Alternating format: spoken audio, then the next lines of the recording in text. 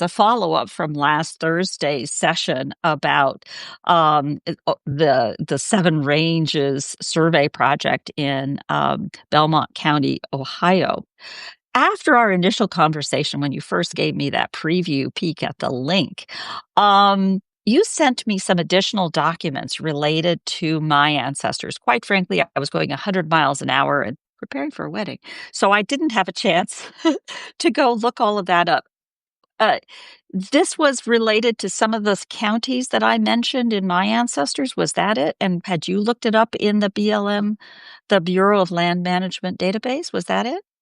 I honestly have I don't remember what I sent you. I guess I'll go do my own research and figure that out. I'm guessing, were they the land patents? They might have. I think they were agreements, documents showing. So they weren't the photos, the images. They were names on deeds, that sort of thing. Okay. There's a vague Yeah. memory, but That's okay. That's Sorry. okay. Hello, Flora from California. You know, you may not know, but I'm right here in NorCal. I'm in Berkeley, California. Lovely to see you. We should chat. We should follow up. So I'm going to back up here for a second, Crystal, and have you tell us in your own words what that was all about. And tell us again what I call the peanut butter and chocolate moment as you and Jason had this organic start to this idea. So Jason, who she refers to, is our county recorder, and both of us have an interest in local history, genealogy, and so forth. And I'm work for a nonprofit economic development organization here in the county. I had an old diary. I guess you would call it a diary. It's like a 4-page document. It's been typed. It's been handed down, shared around family, and so forth. That was written in 1876 by my great-great-great-grandfather. And it talked about things like where the first orchard was, who had the first store, where salt was discovered, all of those kinds of things. But he always referenced it in terms of on whose land. Well, I didn't know where that was. And I was curious to piece together what the county looked like back then. And so where were these businesses? Where was this industry? Mm-hmm. So that's why I started figuring it out, charting it, and I started doing it on graph paper and pencil. And then so it's a friends and neighbors, a fan strategy of figuring out a one-place study, essentially, where your one place was the county of Belmont. So you started out with a graph paper of places and names, and then what happened? So I was doing that based off the Bureau of Land Management records. Walked into county recorder's office one day, in Jason's office. He said, "Hey, I'm working on this project I want to show you." He brought out paper. He was doing the exact same thing for his own interest. So luckily we had not done the same townships. So we combined forces. He did the majority of it. He was amazing. We got it all finished. I'll interrupt there for a second because your recorder, help me again with his last name. Jason Garzik. Garzik. That's right, Garzik. His the site is terrific. I mean, as a genealogist looking for records, voila, there it all is. So he clearly has got his team together, got the documents all there. Looks great. And he gets it. He understands why people are looking for these things. And so we laid it all out. We had a couple tables pushed together so we could see our pencil and paper. And then we're like, well, this is great, but it'd be nice if we could see where the creeks were, where, Zane's Trace, which became National Road, where all those things were. So we could get a better feel for it. So we contacted Anthony, our GIS director, and said, hey, here's where we pulled all the information. We were able to download it into an Excel format. Can you make this beautiful, digitized? And he did. And he color coded it so you could take one glance and you could see by the color codings by date, and you could see where people settled. And so it was right then it was beyond our wildest imagination. And then in Thursday's interview, he talked about what inspired him then he'd already started extending that a bit into other counties, but then decided, okay, I'm going to do the entire 7 ranges. So That's been phenomenal. So I've had people email or send me messages that they were able to find their relatives in other counties, and how exciting that has been. So, I'm curious to hear from people, if they've used the map yet, if what they found useful, what they would love to try to do, or what they would enjoy seeing, because this has been such an organic process. And we learn as we go and we think, oh, wouldn't this be cool if we could do this? Or can we see that? And Anthony's been able to make it happen. So it's been a fun, and it's been such an amazing educational tool for us as we learned about our own place. I'm just pasting the link back into the live chat we've got here to make sure that people can see it. They don't auto link from the display, but you can copy that link out if you're anywhere near that. You know, I love in the talk that will appear right there at projectkin.org, for projectkin.substack.com. Anthony has this wonderful moment where he says, anybody in GIS loves data. Bring them data. And I just have to laugh because it was always, I've always had a role as a product manager where I'd be sitting there begging an engineer to say, this would be so cool if you do it. My customers so want to see this happen. And so you go in and you have to, engineers are like magicians. They have this ability to create anything. And because they can create anything, they have to be motivated to create the thing that's going to make the difference. And that was just such a delight to see. And, you went to him and said, data, value. He said, okay, I could see using that. And then his story about his daughter. Yeah. Would you retell that story too? I love that. So his daughter was taking a summer program up at Fort Steuben in Steubenville, and where they do a lot of history, they do some archaeology and so forth, and they must have been learning about the seven ranges. And I know Anthony took a sample of the map up to them, to the staff, and said, this is what we've done. And somebody there said, it'd be so cool if the entire seven ranges, if you could do the entire seven ranges. So that's what's sparked it. Again, it's been completely organic, and seeing how people could use, what would.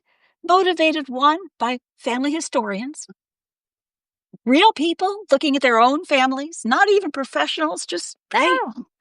Two is a 12-year-old girl. Dad, I'd love this. This would be so interesting, so cool. There's that word again. Yeah. It's as I've had, as I mentioned before we got started, a professional in not as a surveyor, but as working in the research of deeds and whatnot in Ohio reach out to me since the talk.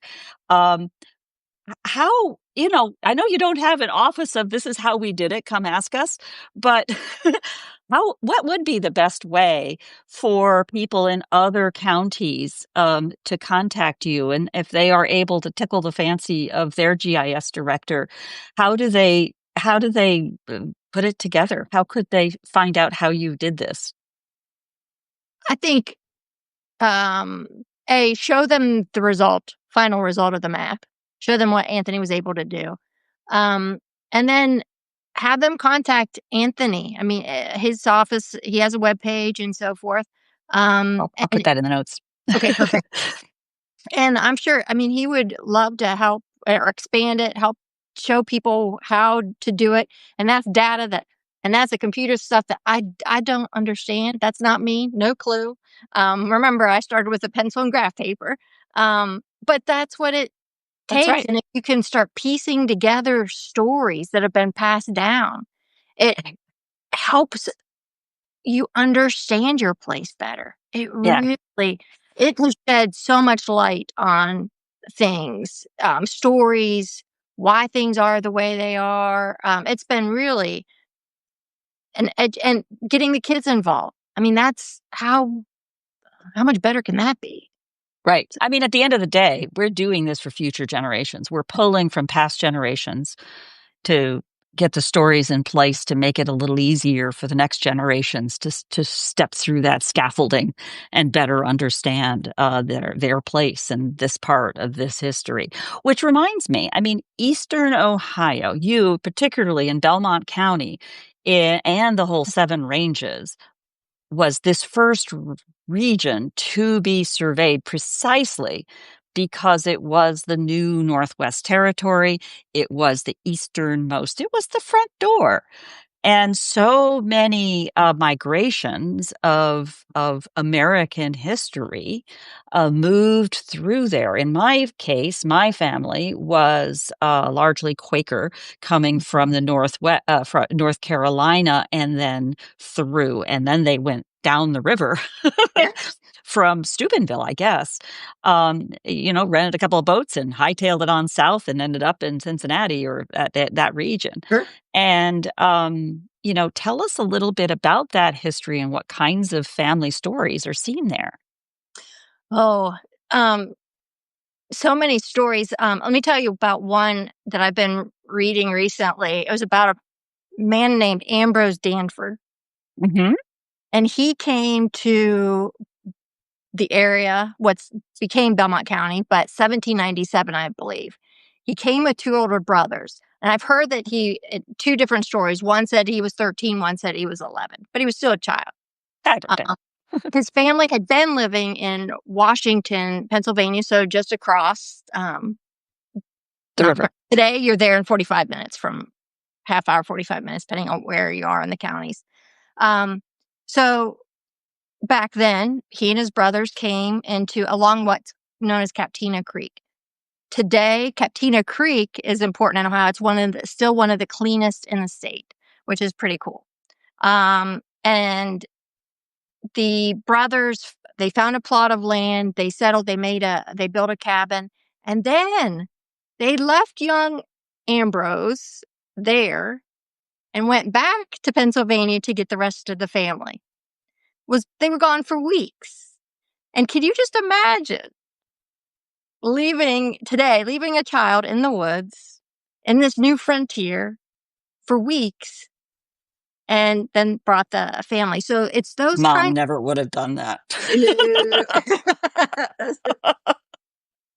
There And you the go. men were like, you'll be fine. Yeah, He'll be fine. He'll get yeah, over it. yeah. Don't be such a wuss. Right. So that's a good story. Wow. The Talk first. about growing up fast. Oh, oh yeah. And then there are a lot of stories. We find the prominent people, like with the last names that we've heard in history, like Lee. James Ross and yeah. Yeah. So Arthur Lee was here, or he. I don't find any evidence that he actually lived here, but he owned property. He was one of the first purchasers. Two of his brothers signed the Declaration of Independence. So, and then a cousin later was Robert E. Lee for the South. Right. So you had that. The first man to open a store in 1801 was a man by the name of James Caldwell, and became very prominent. He was a banker, which I found a lot of prominent men back then in that they had ties to a bank or they became bankers. I found that interesting. But James Caldwell died, I want to say 1831, if my memory serves. Don't quote me on that one. But I found his will because he died in Wheeling, Virginia. Ah, So he went back to Wheeling and found his will online, where he left money for a son who was at Yale Law School. He did not leave any more money for two sons who had gone on to St. Louis to start businesses. And done. yep, but he left money to his housekeeper. He left a farm down along Captina Creek to his housekeeper and her son. Housekeeper. Uh-huh. Oh, and her son. Her son. Uh-huh. Uh-huh. Uh-huh. Yeah. And her son, but if she was to remain single, this farm was hers. If she married, the farm would go to the son. And then I discovered later that the son used Caldwell as a last name. So we can surmise, we can guess. Housekeeper. Yeah, exactly. But I found it interesting that this Alexander Holtz Caldwell, the son, um, ended up marrying Nancy Danford, Ambrose Danford's daughter. So you had this, you had such a mix of high society and frontier and the pioneers, and you can there were so few people back then in the area. The webs get very complicated very quickly, and Yeah. I think you quickly discover that you're connected. Yeah. Uh, if you're curious enough to keep digging, there are connections. Yeah. And I think it teaches us, I hope it teaches us more compassion, Yeah. because we're all in this together, and we're probably related. We were in this together. We all are in this together. We're in this together because, your people helped my people, and in That's fact, your people are my people. right. That's right. Yeah, no, it's like looking at, uh, you know, it was generally men, both because of technology and biology, that were fighting in wars. But you see in, the late 18th century, if you were 14, 15, 16 years old in 1768, then chances Mhm. were you had somebody that did something during that war. Um, and then all of a sudden you had, if somebody somewhere, and it often wasn't until the 19th century, the early 19th century, before they were claiming the veterans' rights to then go in and try to claim some land or claim a pension or something like that, that you start to see the written stories about what they did in the war, which is often and really hard to understand writing. I was looking at the one from an ancestor who, like I said, went down the Ohio River over to Cincinnati. And it sounds like the old man had dementia or something by the time they tried to claim the pension. And there's like a child or a grandchild that actually is trying to write the story of how this, what he did. And it was like the story of, like, I was there and then this happened and then that happened. Who knows? Who knows? Yeah. Yeah. And the same thing with these, the kid who was left alone. Where's Right. his story, man? What? Did they leave food? Oh, those weren't MRIs, or MREs, whatever.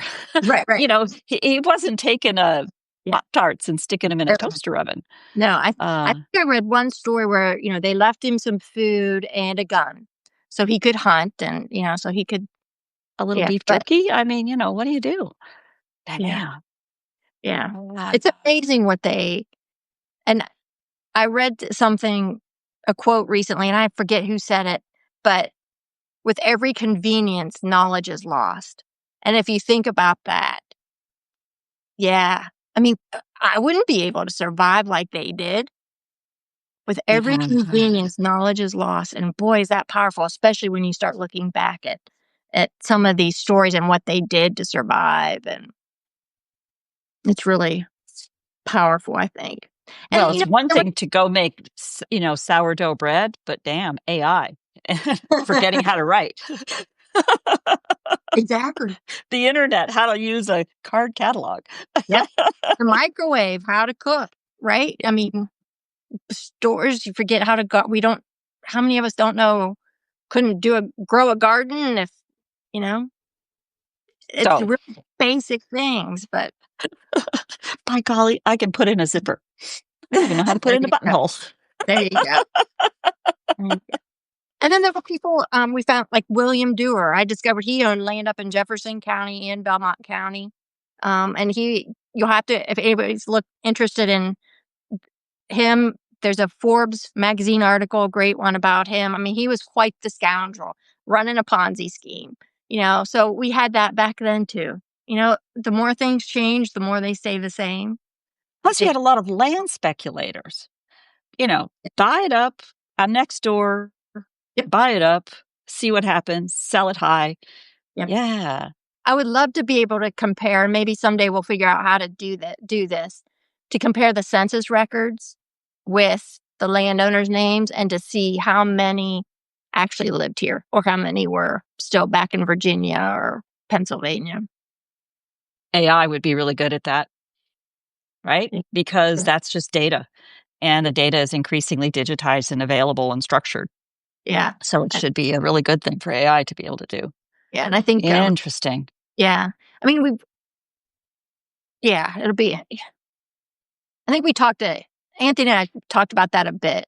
So I don't know. We'll see if we are able to figure that out or I mean, I'm here sitting, I'm thinking, what do we need to do to convince more counties to join in on this consortium of getting this done, or get somebody like Family Search who has, a dog in that fight, who has an interest in taking this to the next, pardon the expression, to the next level. Because yeah.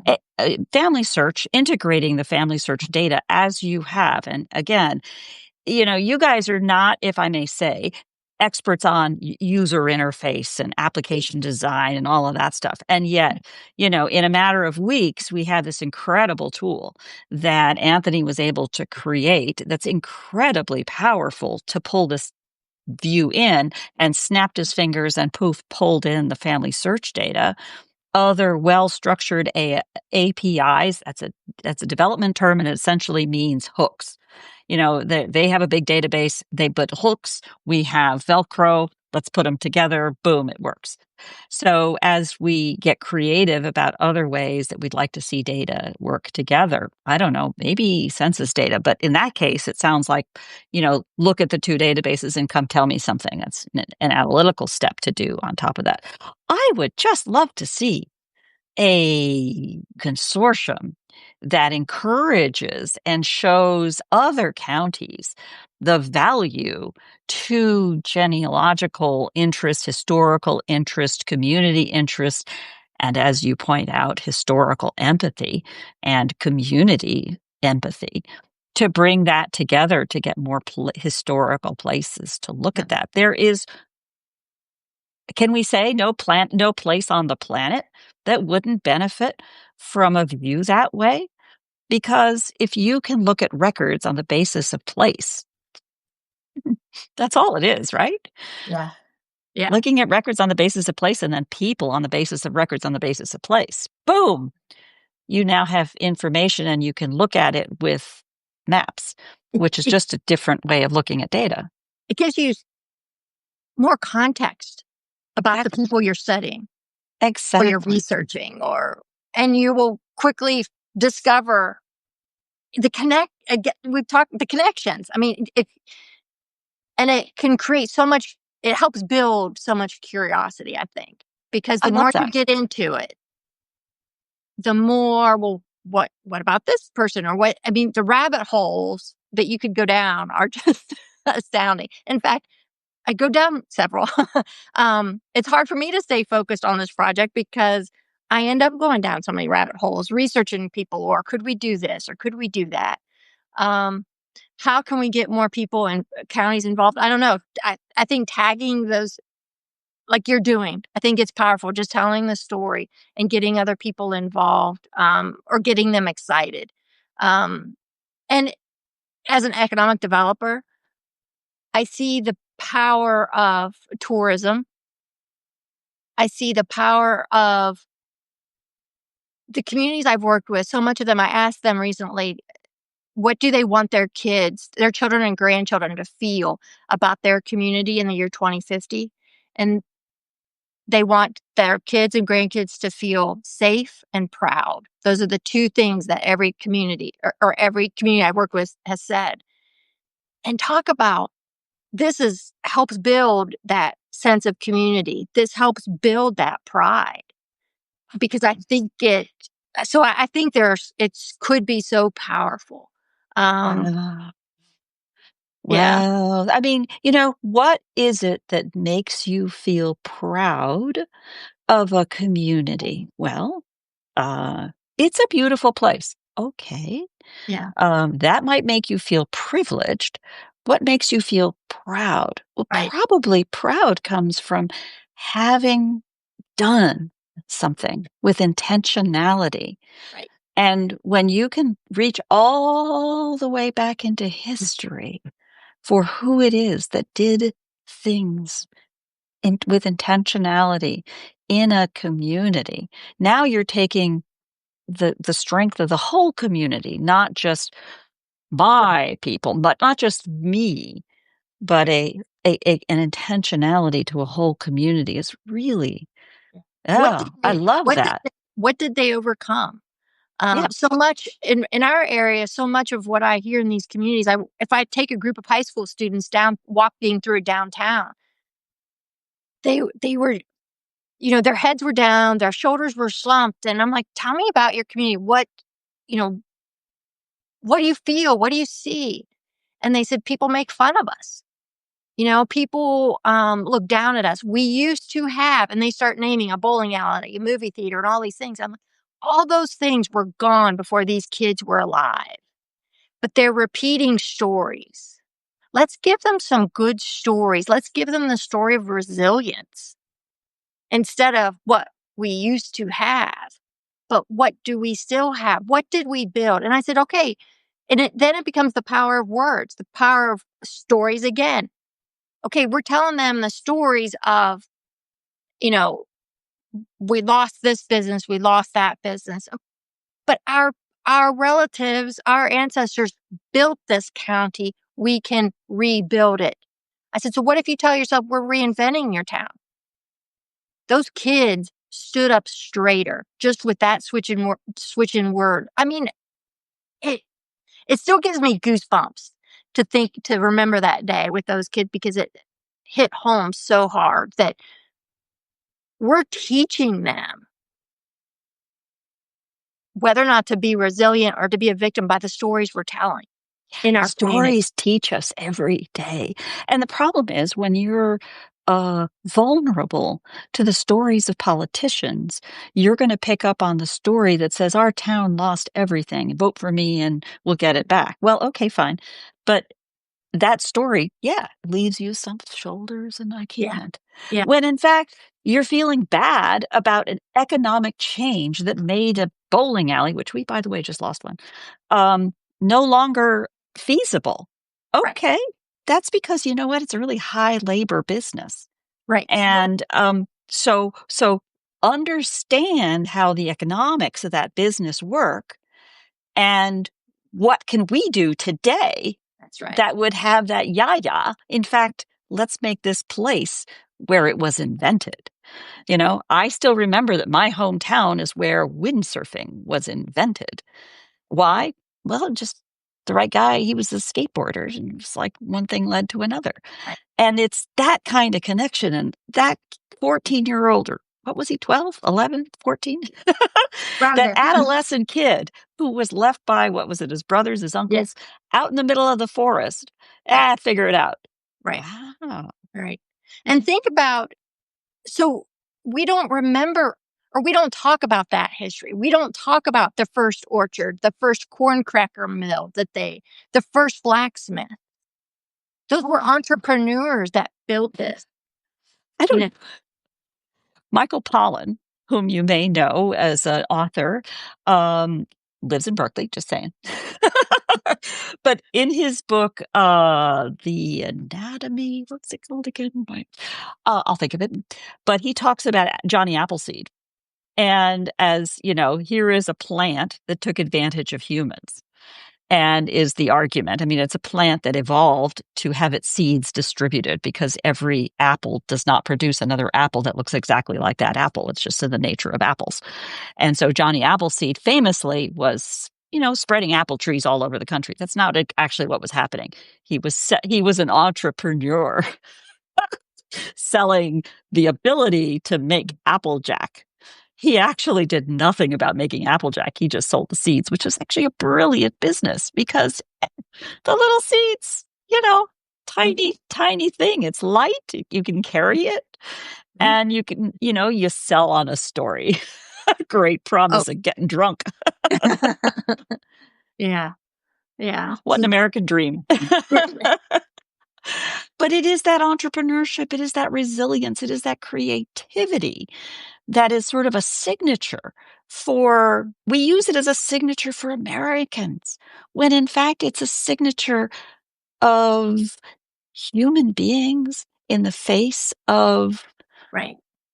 survival, Right. having to get creative and get out of that scary place of, bears and tigers and, well, Yeah. maybe not tigers, coyotes, and other scary things. You know, Yeah, and when I was in the UK, I mean, the rural towns there, that entrepreneurship, they got creative, how they have built new industries. I mean, industries change. That's just a part of how we, the world, yeah. but when we get stuck in With every the names. convenience, it's Yeah. the reverse, right?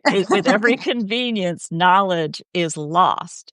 But I would also say, with every let's see, there's got to be a corollary here. With every convenience, or rather, well, every problem it creates, it sparks a solution.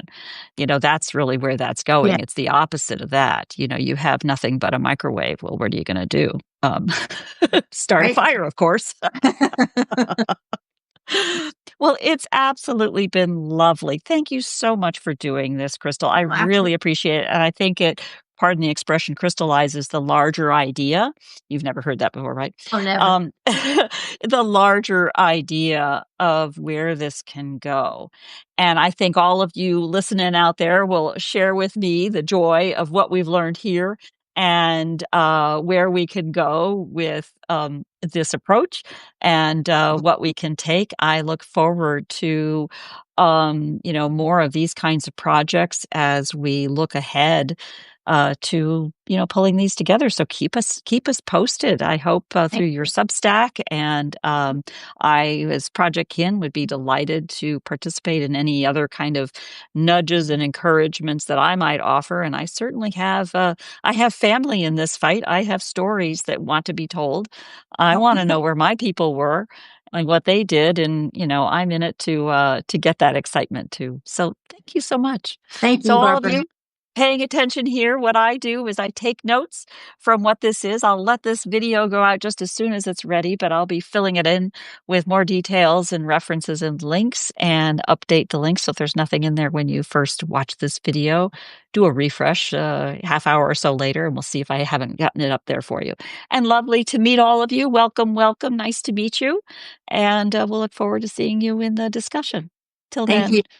thanks a lot. Bye bye now.